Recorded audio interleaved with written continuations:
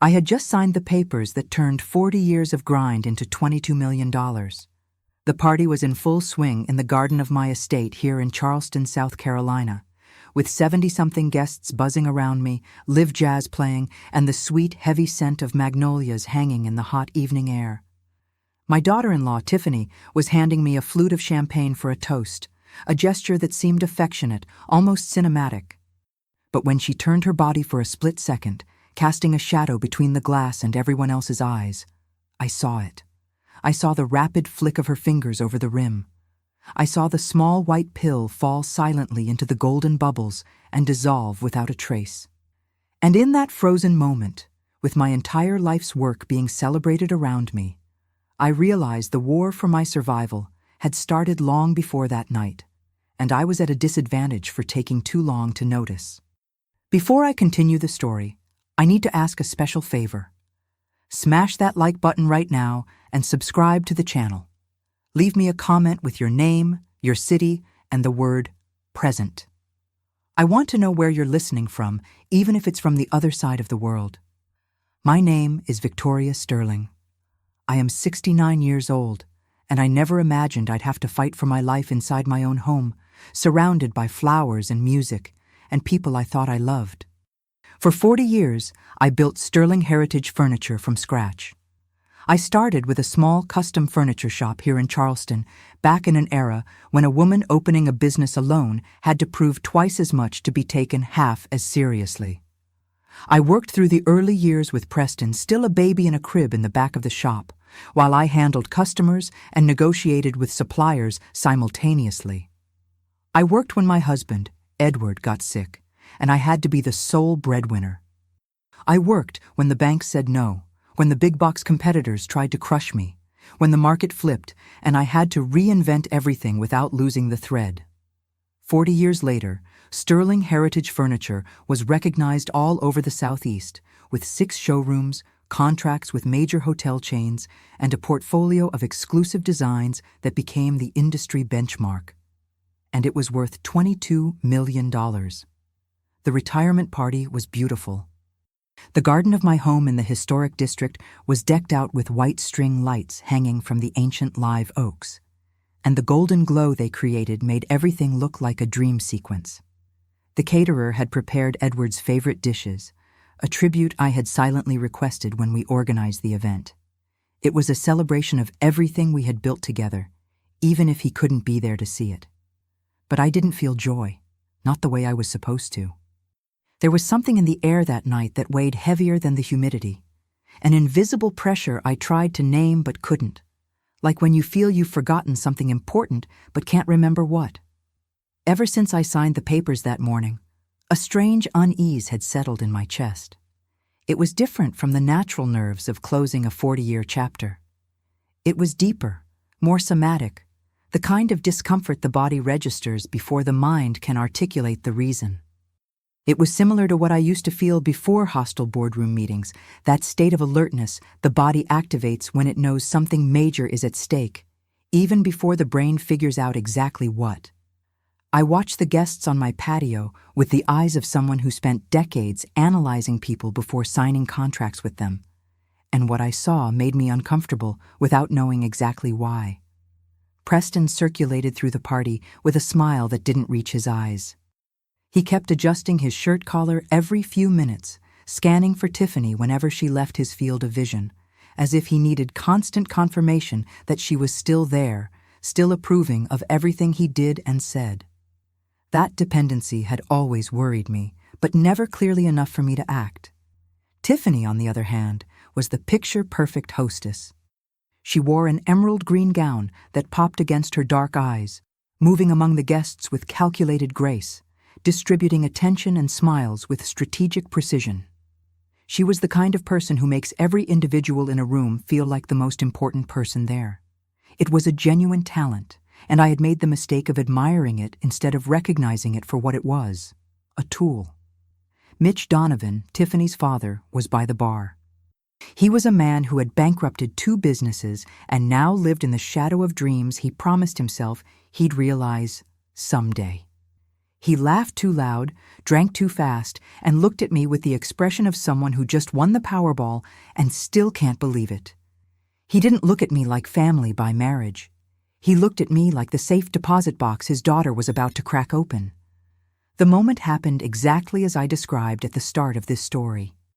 Tiffany approached with the glass. Her body turned slightly, her fingers moved, and I saw what I wasn't supposed to see. In less than 3 seconds, I analyzed my options with the cold clarity of someone who spent decades making impossible decisions under pressure. If I screamed, Tiffany would spin the episode into a portrait of my mental instability. She would cry with rehearsed perfection, accuse me of senile paranoia, and Preston would rush to console her before even hearing me out. I would become the crazy old lady seeing ghosts at her own retirement party. They would have exactly what they needed for the next step of the plan, whatever that was. If I drank, I was handing my life over to them. And if I simply refused, it would raise suspicions but prove nothing. They would try again, with something subtler, something I wouldn't see coming. No, the game had been revealed, and the only way to win was to play. My eyes found Mitch a few yards away, his own champagne flute resting on the table next to me while he gestured with his hands during some story he was telling loudly. Preston clinked his glass, asking for attention. All faces turned to him, and then to me. I grabbed a linen napkin from the table with a completely casual gesture, as if preparing for the toast. My body created a natural barrier for less than 2 seconds. My hands, which had never shaken in 40 years of hard negotiations, covered both glasses for a fraction of a moment. The switch was simple, silent, and flawless. I raised my new glass, looked directly at Tiffany, and said in a clear, steady voice, "To family, and to everything we built together." Mitch Donovan picked up what had been my glass with a theatrical gesture, as was his style for any occasion requiring a show, and downed it all in one long, satisfied gulp.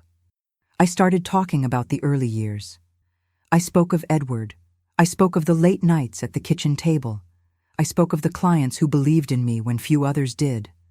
I spoke for maybe 2 minutes, maybe 3, and during that time, I monitored every inch of the garden with the peripheral vision of someone who learned to pay attention to everything at once. Then Mitch squinted. He brought his hand to his head. He tried to say something, but the words came out slurred. His glass slipped from his fingers and shattered on the stone patio with a sound that cut through the music. And then he collapsed, his body hitting the ground with an impact that made several guests scream simultaneously. Chaos ensued in seconds. Paramedics were called. Sirens wailed in the distance in the humid Charleston night. My retirement party had ended in the worst way imaginable. While the EMTs loaded Mitch onto a stretcher, Tiffany finally moved. She ran toward them, playing the role of the distraught daughter with a competence that would have been admirable in any other context. But before leaving the patio, our eyes locked across the chaotic room. In those dark eyes, there was no fear for her father. There was cold confusion, accelerated calculation, and deep down, a spark of absolute fury. She knew something had gone terribly wrong. She didn't know how, but she knew. The game had truly begun. I didn't sleep that night. Not a wink. I stayed in my home office, where the walls hold decades of photos, awards, and mementos of sterling heritage, sitting in the same leather chair where Edward used to find me at 3 a.m. when I couldn't put down the financial reports. The smell of coffee and polished mahogany was exactly the same as always, but the familiarity of that space had taken on a strangeness I couldn't name. Like when you've known a street for 30 years and suddenly notice a door there you'd never seen before. I spent hours replaying every detail, every conversation, every moment of the last few weeks that I had ignored or minimized because my love for Preston made me a bad analyst when he was the subject. I was brutal with myself. Every red flag I had chosen not to see popped into my mind with painful, accusatory clarity. When Preston called the next morning, I let the phone ring 3 times before answering. A small, almost symbolic gesture. but it mattered to me. I needed to remind myself that I was the one in control of this situation, not them. His voice was tense, with the cadence of someone reciting a script. He said Mitch was stable, but in critical condition. He used clinical terms with suspicious precision for someone who wasn't a doctor. And then came the core of the call, the part I had been expecting since I hung up the phone the night before. Tiffany thought someone had tried to poison me at the party, and Mitch had drunk from my glass by mistake. It was strategically brilliant. In a single narrative, she deflected all suspicion from herself, turned her father into an accidental hero who had sacrificed himself to save me, and cast me in the role of the victim needing constant protection and care. The kind of protection and care that, coincidentally, she and Preston would be perfectly positioned to offer. I replied with the voice of a slightly rattled and very tired woman. I said I was devastated by what happened, that the night had been a blur, that the investigators who responded to the scene had been very attentive and meticulous. And then I let the word, investigators, land in the silence between us like a stone in a still pond, waiting to see the ripples spread. I heard my son's sharp intake of breath on the other end of the line, short, almost inaudible, but it was there. After I hung up, I made 2 calls that would change the course of everything. The first was to Diane Ross, my financial advisor of nearly 30 years. Diane had managed the company's assets with a precision I always admired and a discretion that was more valuable than any technical skill. She understood that certain information needs to be treated like gold, guarded carefully, revealed only when necessary, and never left in the wrong places. I asked her to audit every transaction from the last 5 years that had any connection to Preston or Tiffany, to freeze all non-essential access, and to flag any unusual movement with maximum urgency. Diane didn't ask a single question. She just said, "Consider it done, Victoria. You'll have everything in 48 hours. Friends, every story I tell you is released daily. But YouTube will only show them to you if you hit that red subscribe button. Please do it right now while I'm talking. Hit subscribe, turn on notifications, and you'll never miss a story. Did you do it? Thank you." The second call was to my attorney Audrey Vance, who referred me to a private investigator named Jack Miller. His website had no photo, his office had no sign on the door, but the references Audrey gave me were enough. Discreet. Meticulous, the kind of pro who finds things people spend fortunes trying to hide. Money wasn't the problem at that moment. Finding the truth was. After hanging up, I went to the patio. I had instructed the cleaning crew not to touch anything until my order, and they had obeyed. The debris of the party was still scattered across the stone floor, and there was something almost archaeological about the scene. The broken glass, the abandoned napkins, the chairs overturned by the chaos of Mitch's fall. I walked directly to the small table where I had made the switch. The glass Tiffany had handed me was still there, forgotten amidst it all. In that moment, it was no longer a party favor. It was evidence. Possibly the only tangible proof I would have that what happened that night wasn't an accident or a tragic coincidence. I went back inside, went to the kitchen, and returned with a Ziploc bag and metal tongs. I handled the glass with the care of a crime scene investigator because that's exactly how that scene needed to be treated. As I sealed the bag and labeled it with the date and time, I saw my own distorted reflection on the curved surface of the glass. The kind, smiling grandmother from the party photos had disappeared completely.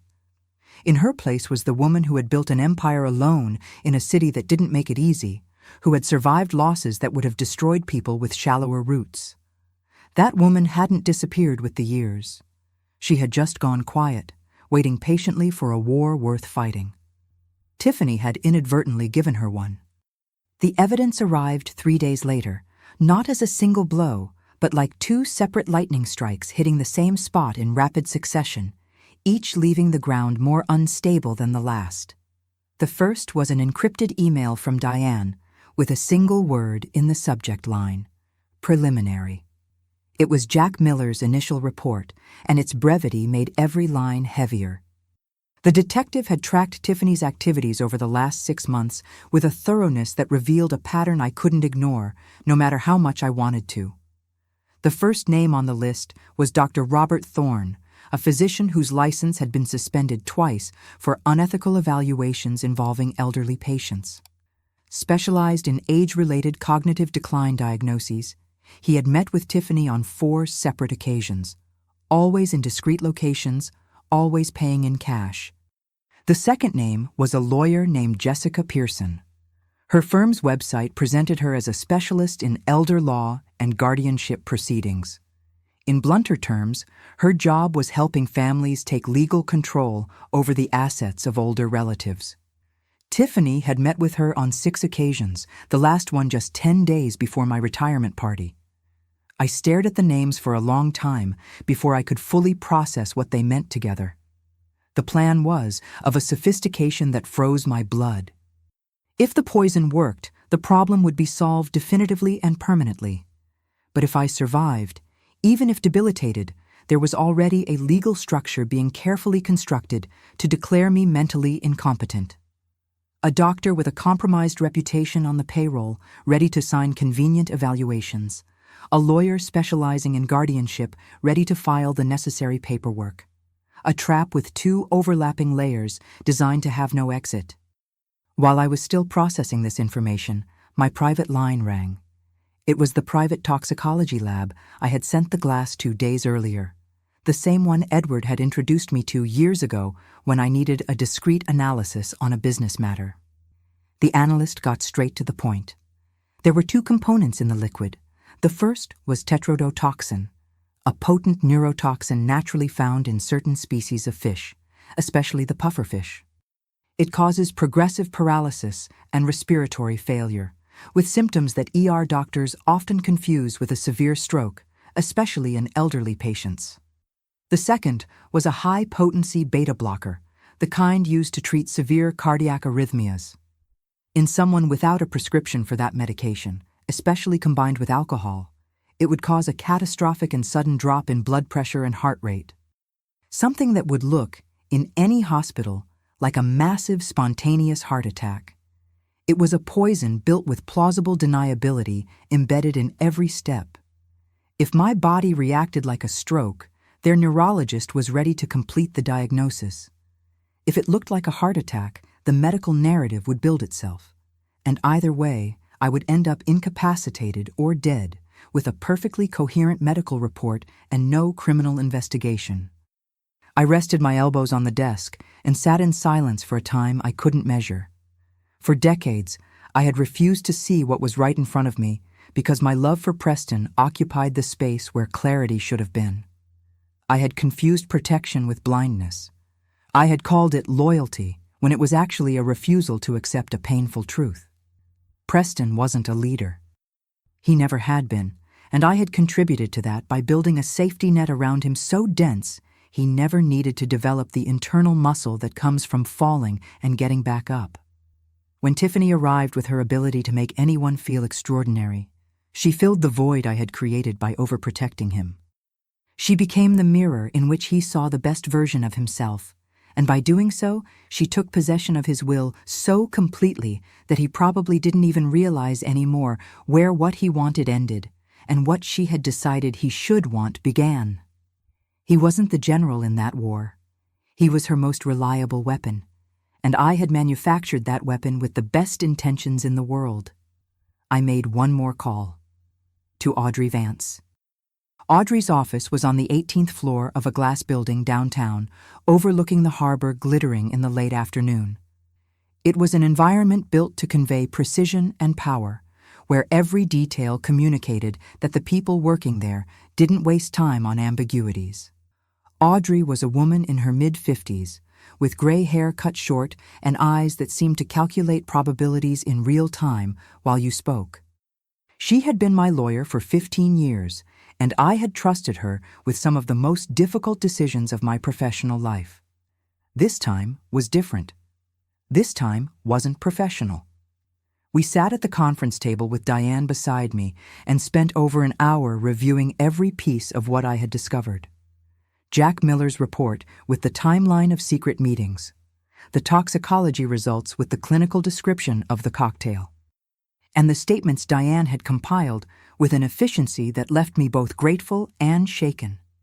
Because the numbers Diane placed on the table were a portrait of disaster accumulating in slow motion, and every line was more disturbing than the last. Preston and Tiffany owed approximately $1,800,000.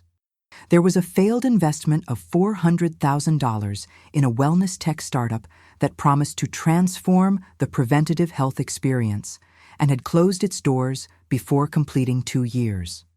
There were mortgages growing because the minimum payments barely covered the interest. There were credit card statements with balances I never imagined a couple without an income matching that lifestyle could accumulate. Page after page of restaurants, travel, designer clothes, and experiences that were, individually, defensible, but together formed the portrait of two adults spending someone else's money as if it were infinite. And then there was something that made my stomach turn completely. A private loan of $150,000, taken out 3 months ago, with a lender whose reputation for aggressive collection Diane described with a few choice words. The collateral Preston and Tiffany had offered for this loan was a letter supposedly signed by my wealth manager, promising them a majority share of my inheritance upon my death or declared legal incapacity. A letter I had never authorized, a letter forged with my name. My life had literally become a line item of collateral on their balance sheet. It wasn't ambition. It was desperation masquerading as ambition. The poison in my champagne hadn't been planned from a position of confidence and power. It had been planned by two people cornered by mounting debts and a loan coming due that they had no way to pay without the money that my death or incapacity would unlock. Audrey listened to everything without interrupting once.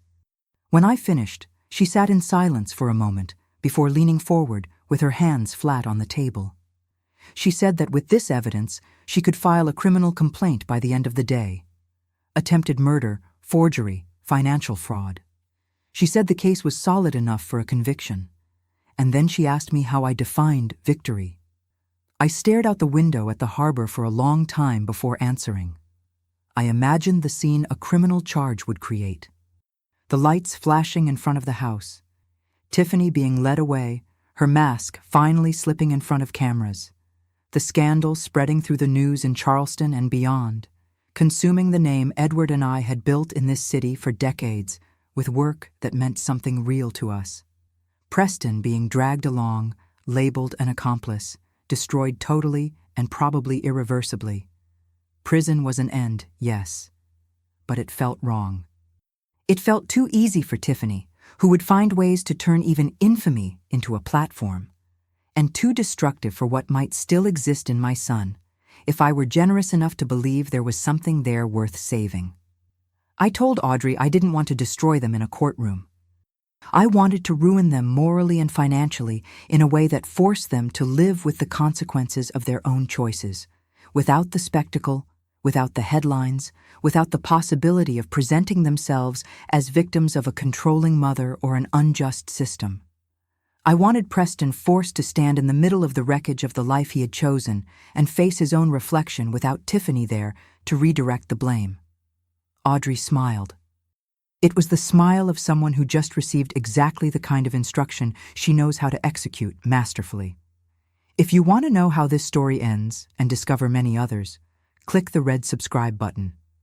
It's free and helps me a lot. Audrey slid a folder across the table with a gesture that, I would learn later, she reserved for moments when the information inside that folder completely changed someone's understanding of a situation. It was Tiffany's background before she became Tiffany Sterling. The first photo showed a younger version of her, maybe 28, smiling on the deck of a boat in a marina. She looked radiant, with the sun on her face and a white dress that made the image almost editorial. She looked completely innocent of anything. Jack Miller's report had gone deep, and what he found wasn't an isolated snapshot. It was a pattern. I started with the father, Mitch Donovan, because understanding the father was understanding how Tiffany had been formed. He had spent his entire life chasing the illusion of wealth with a sequence of grandiose projects and disastrous executions.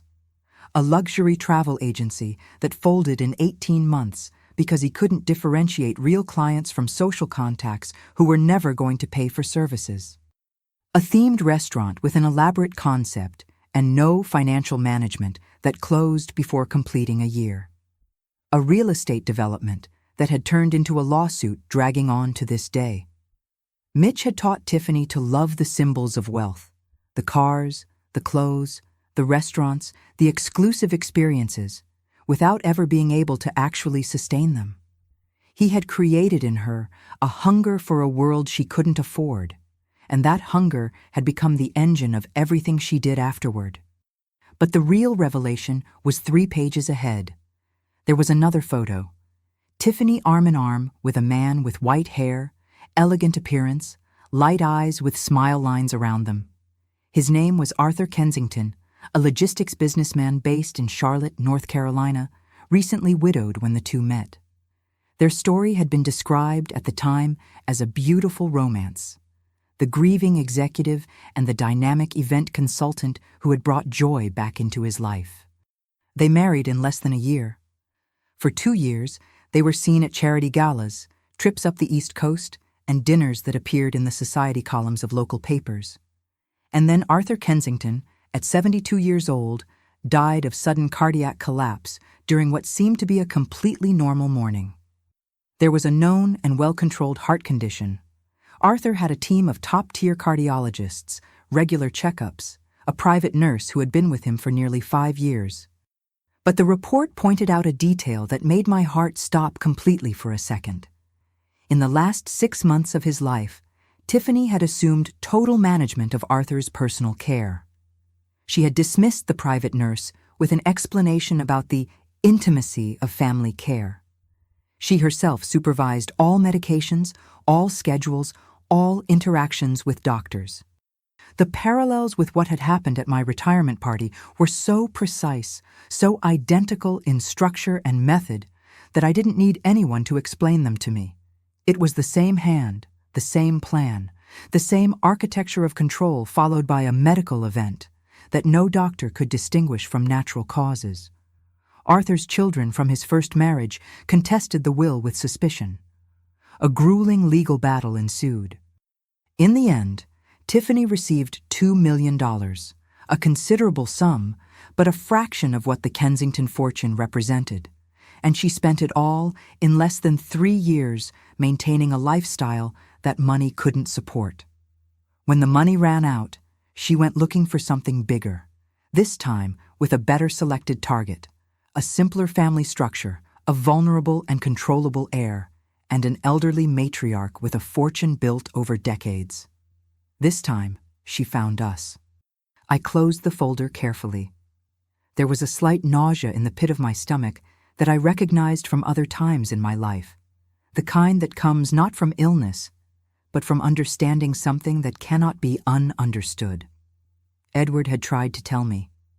Not with direct words, because that wasn't how he operated, but with looks, with subtle questions, with that particular stillness he adopted when he wanted me to think about something for myself instead of just telling me what to think. I had interpreted it as paternal jealousy or natural conservatism. I had been wrong in every analysis. But there was one thing Edward had done that I still needed to discover completely. And that would come later, in a way I didn't expect. I spent an entire afternoon in my office rehearsing something I had never needed to do before, pretending to be who I was 10 years ago. Not the hardened, lucid version of me that had spent the last few weeks collecting evidence and building strategies. I needed to be the Victoria from before, the one the two of them wanted me to be. Slightly confused by the excess of information, easily directed, grateful for the help of younger people to simplify the complexities of life. It was a role that caused me genuine physical discomfort, but it was the role the trap required. I practiced a slight hesitation in my voice, a speech rhythm a little slower than my usual, a tendency to leave sentences unfinished, as if the words slipped away before reaching the end. It was the most important performance of my life, and it needed to be perfect. I called Preston late one afternoon. I let my voice sound tired and a little lost when he answered. I said I was reviewing some old papers and had decided it was time to update my will, that it was completely outdated since Edward's death, that I wanted to ensure he and Tiffany were properly supported, that I didn't want to leave these complicated things unresolved. The silence on the other end lasted exactly 1.5 seconds before his voice changed completely. The boredom and contained impatience I had learned to identify as his default tone when we spoke vanished in an instant, replaced by a warm and solicitous attention I hadn't heard in years. He said it was a great idea. He said they could come over whenever I needed. He said they would take care of everything. He said Mom, with a softness that, if I didn't know what I knew, would have moved me. I mentioned that my lawyer, Audrey Vance, had the documents ready and that it would be good if we all met to sign and get everything in order once and for all. I said it would give me peace of mind. Preston didn't ask a single question about how I was feeling. Didn't ask about my sleep, about my health, about how the week had been since the terrible incident at the party. He just confirmed the time with an enthusiasm he could barely contain, said he and Tiffany would clear their schedules for any day I chose, and hung up. I rested the phone on the desk and stared at the garden through the window for a long time. The trap was set. That night, late, while trying to organize the papers I would take to the meeting, I went to Edward's study. I kept it exactly as he had left it. The books on the shelves, his favorite fountain pen on the leather blotter, the photo of us in the Smoky Mountains 30 years ago, where we both looked like we had just invented happiness. It was a museum of a life I still visited when I needed to remember who I had been when I was more whole. My hand brushed an almost invisible imperfection on the molding of a side drawer of the desk, a small irregularity in the carved wood that I would have ignored completely if I hadn't been so attentive to everything in that period. It was a compartment Edward had shown me years ago, a personal hiding place where he kept things he considered truly his. I had completely forgotten its existence. With a slight push in the right spot, the small panel yielded with a click. Inside was a silver flash drive in a faded velvet case. My heart beat in a different way when I picked it up. I took it to my computer with hands that only shook when something truly mattered. There was a single file, a text document titled, "For Victoria When You Need It." I clicked to open it, and the screen filled with the simple font Edward always used. The one he said was, "No nonsense like me." The letter had been written 5 years before he died, in a period when he already knew his heart was failing and was trying to tidy up what he could before leaving. He wrote that he had seen what I hadn't allowed my eyes to see because my love for Preston was too big to leave room for the truth. That he had spent the last 2 years of his life working with Audrey Vance on something I would need to know at the right moment. That he had taken steps, that he trusted Audrey completely, and that he trusted me to finish what he had started. The last line was etched into me in a way I can't describe precisely. You built sterling heritage when I could no longer stand by your side. You can do it again. Just don't let your love for Preston blind you to who he has chosen to be. I leaned back in the chair and sat there for a time I didn't bother to measure. The room was quiet with that particular silence of old Charleston homes, where the past seems to inhabit every corner with the same familiarity as the living. There was a smell of old wood and books that was exactly Edward's scent, and for a moment, that lasted longer than any logic would justify, I felt he was there. Not as a supernatural presence, as a certainty, as roots that hold up a tree even when it can't see where they go. The next morning, I went to Audrey's office with the flash drive in my hand and something different inside my chest. It was no longer the cold determination of the last few weeks, the kind that comes from being in survival mode. It was something older and firmer, like a root you forget exists until someone tries to knock down the tree and realizes it goes deeper than it looked. Audrey welcomed me with the same calm smile as always, but there was something in it I hadn't recognized before. A complicity that went beyond the professional relationship. When I placed the flash drive on the desk, she looked at it and said, "You found it. I was wondering when that would happen. She said Edward had been very specific about how and when that should be revealed, and that she had respected every instruction to the letter. What Audrey showed me on the screen that morning took several minutes for me to fully process. Edward had spent the last 2 years of his life building, piece by piece, a legal and financial structure that protected the most valuable assets of Sterling Heritage Furniture from any attempt at external appropriation. He had worked with Audrey and a team of trust law specialists to create a holding company called the Sterling Family Trust, and had transferred into it the patents for our exclusive designs, the long-term contracts with partner suppliers, 3 commercial properties in the heart of downtown Charleston, and a series of other assets that represented the real and lasting value of what we built together over decades. The company I had sold, Sterling Heritage Furniture in its operational structure, was real and profitable. But it was only a part of the structure, and the $22 million it had yielded in the sale had already been transferred the previous week to an irrevocable charitable fund in Edward Sterling's name, managed by a local foundation he had helped create years ago. That money belonged now to the community of Charleston, distributed over 20 years for education and housing programs in the neighborhoods where Sterling had been born and grown. Preston and Tiffany had planned everything around $22 million that didn't exist anymore as an inheritance.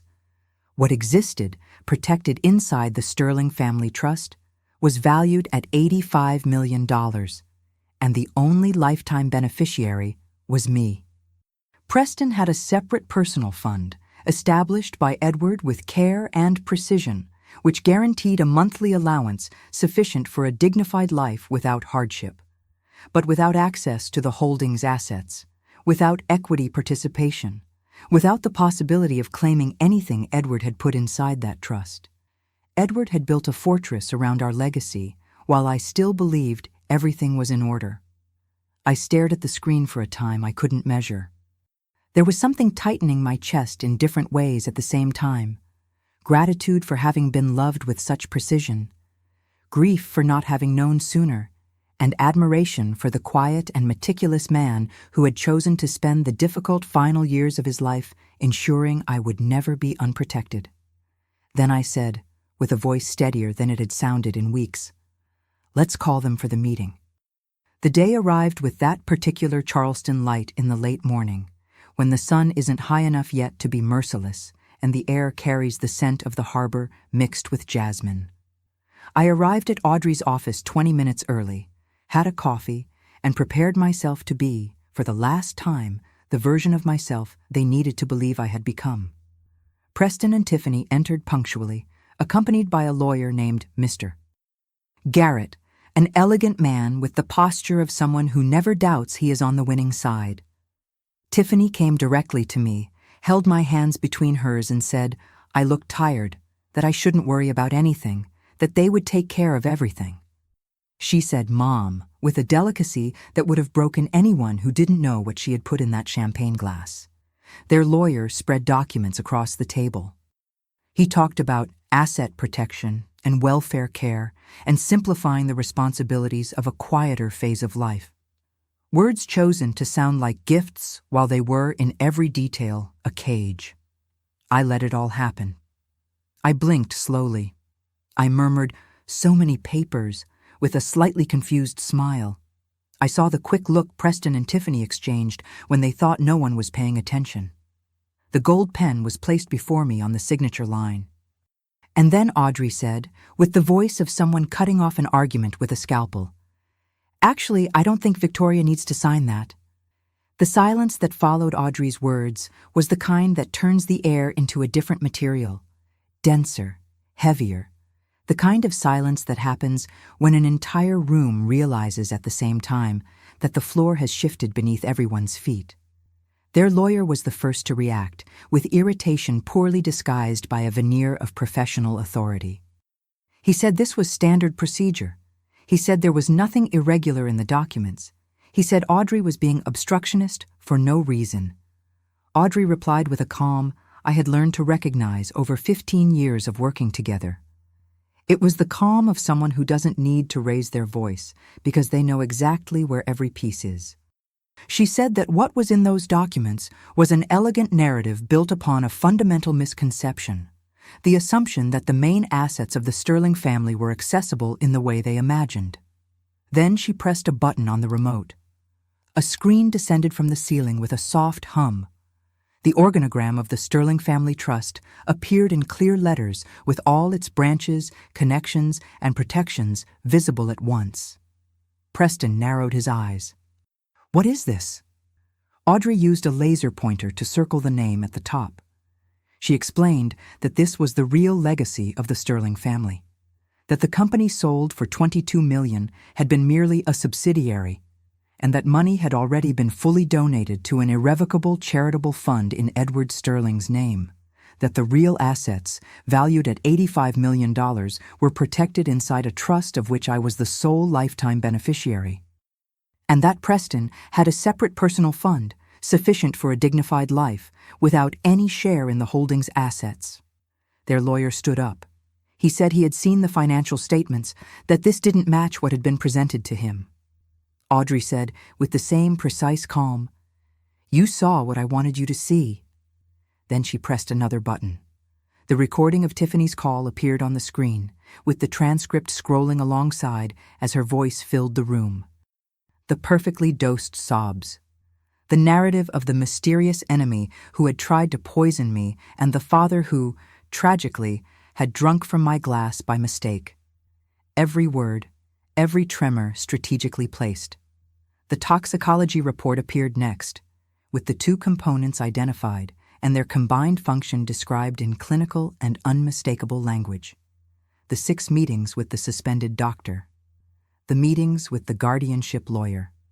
The online pharmacy receipt, the fake name, the P.O. box. And then Arthur Kensington's history, with structural parallels so precise they needed no explanation. I watched Tiffany as each piece was presented. There was something almost fascinating in the way the mask gave way, not all at once, but in layers, like varnish exposed to heat. First, the genuine confusion of someone who can't understand how the plan collapsed, then disbelief. And then what was underneath it all, what she had kept hidden well enough to fool almost everyone for a long time, a cold, concentrated predator's fury upon discovering that the prey had revealed itself to be a hunter. She pointed her finger at me. Her voice came out different, without the usual care, without the veneer of cultivated kindness. She said I was a paranoid old woman who had destroyed the family. She said Mitch was suffering because of me. And in that loss of control, in that moment when the rage of being outmaneuvered was stronger than the survival instinct, she said words that gave away what was still missing. She confirmed, without realizing it, that it had been her. The silence afterward was different from all the other silences that morning. Then I stood up. The slightly confused and tired woman disappeared completely. In her place stood the Victoria who had negotiated impossible contracts, survived losses that should have destroyed me, and built something that lasted decades because it was built with materials you can't buy. I looked directly at Preston. I said that this had never been about money. That money was just a tool, and like any tool, it had no moral value of its own. That what Edward and I had built in Charleston wasn't measured in dollars, but in the integrity with which we made every decision over 40 years. And that this integrity was not available to be transferred, inherited, or taken by those who hadn't learned what it cost. Preston was pale, but there was something in his eyes I hadn't seen in years. It wasn't the reflection of Tiffany's approval, nor the anxiety of someone who constantly needs external validation. It was something older, quieter. I recognized it because it was the same look I had seen on Edward's face when he made a difficult decision from which there was no return. Audrey placed 2 folders on the marble table. The first was for Tiffany. It contained a restraining order prohibiting any contact with the Sterling family, the complete summary of all gathered evidence, and a non-disclosure agreement she would have to sign as the sole condition for not filing a criminal complaint. If she violated any clause of that agreement, The entire case would be forwarded immediately to the district attorney. The second was for Preston. It contained the details of the trust fund Edward had established for him with love and foresight. A monthly allowance sufficient for a life without hardship, with 2 non-negotiable conditions: complete 1 year of psychological therapy and full-time financial counseling, and have no contact with Tiffany during that period. If he breached any of the conditions, the agreement would be terminated permanently. Tiffany took the folder, read it, looked at Preston for a long moment as if calculating if there was any move still possible. There wasn't. She signed with a firmness that was the only genuine thing she had shown in all that time, and left the room without saying another word, with their lawyer rushing behind trying to maintain composure. Preston stayed. We stood in silence for a time I couldn't measure precisely, but which seemed to contain many things at once. All the years we had lost, all the moments I should have chosen the hard truth instead of the comfort of denial, and also, underneath it all, something that refused to die completely. He said, with the voice of someone waking up from a long, heavy dream, "I didn't know everything, Mom." He paused for the time of a full breath. But I didn't want to know either. And I know that's the same thing. I didn't answer immediately. I let the honesty of those words hang in the air between us without filling it with anything before the time was right. Then I just said, "Yes, it is the same thing, and this is going to have to be the start of something, not the end." He left. I stood looking out the window at the harbor glistening in the afternoon sun. That light Edward always said was the best of the day because it was honest, without the harshness of noon and without the melancholy of dusk. That ordeal taught me things no business course, no tough negotiation, and no board of directors had taught me. It taught me that the most valuable wealth I built in 40 years wasn't any asset that appears on a balance sheet. It was the clarity about what was not for sale. The ability to see people for who they are and not who I needed them to be. And the courage to act from that clarity even when the cost was immense and the pain was real. It also taught me that building something true is a collective act, even if we don't always realize it while it's happening.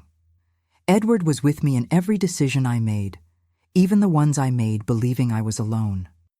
And that day, in Audrey's office, with the river shining through the window, I felt that with a clarity no words can fully capture. Edward had seen the storm coming years in advance and had built an ark while the sky was still clear. He had done it in silence, without alarm, without me knowing, because he knew my tendency to minimize what hurt. He had protected me with the same precision with which he had loved me over a lifetime. That quiet, meticulous man had spent his difficult final years not just accepting his own finitude, but using every bit of energy he had left to ensure I would never be unprotected. That was love. Not the love of speeches and cards, the love that manifests in concrete actions, in careful planning, in choices made thinking of the other even when time is running out. I left Audrey's office with the Charleston sun on my face, the flash drive in my pocket, and the certainty that the next chapter of my life, still undefined in shape, would be the first I would write entirely with my own hand. Without the company demanding my total attention, without a war needing to be won. Just me, this city I helped build for 40 years, and the time Edward had worked so hard to ensure I had. And that, I discovered in that instant, was more than enough to start. If you liked this story, click subscribe and tell me in the comments which part impressed you the most. There's more tomorrow. See you then.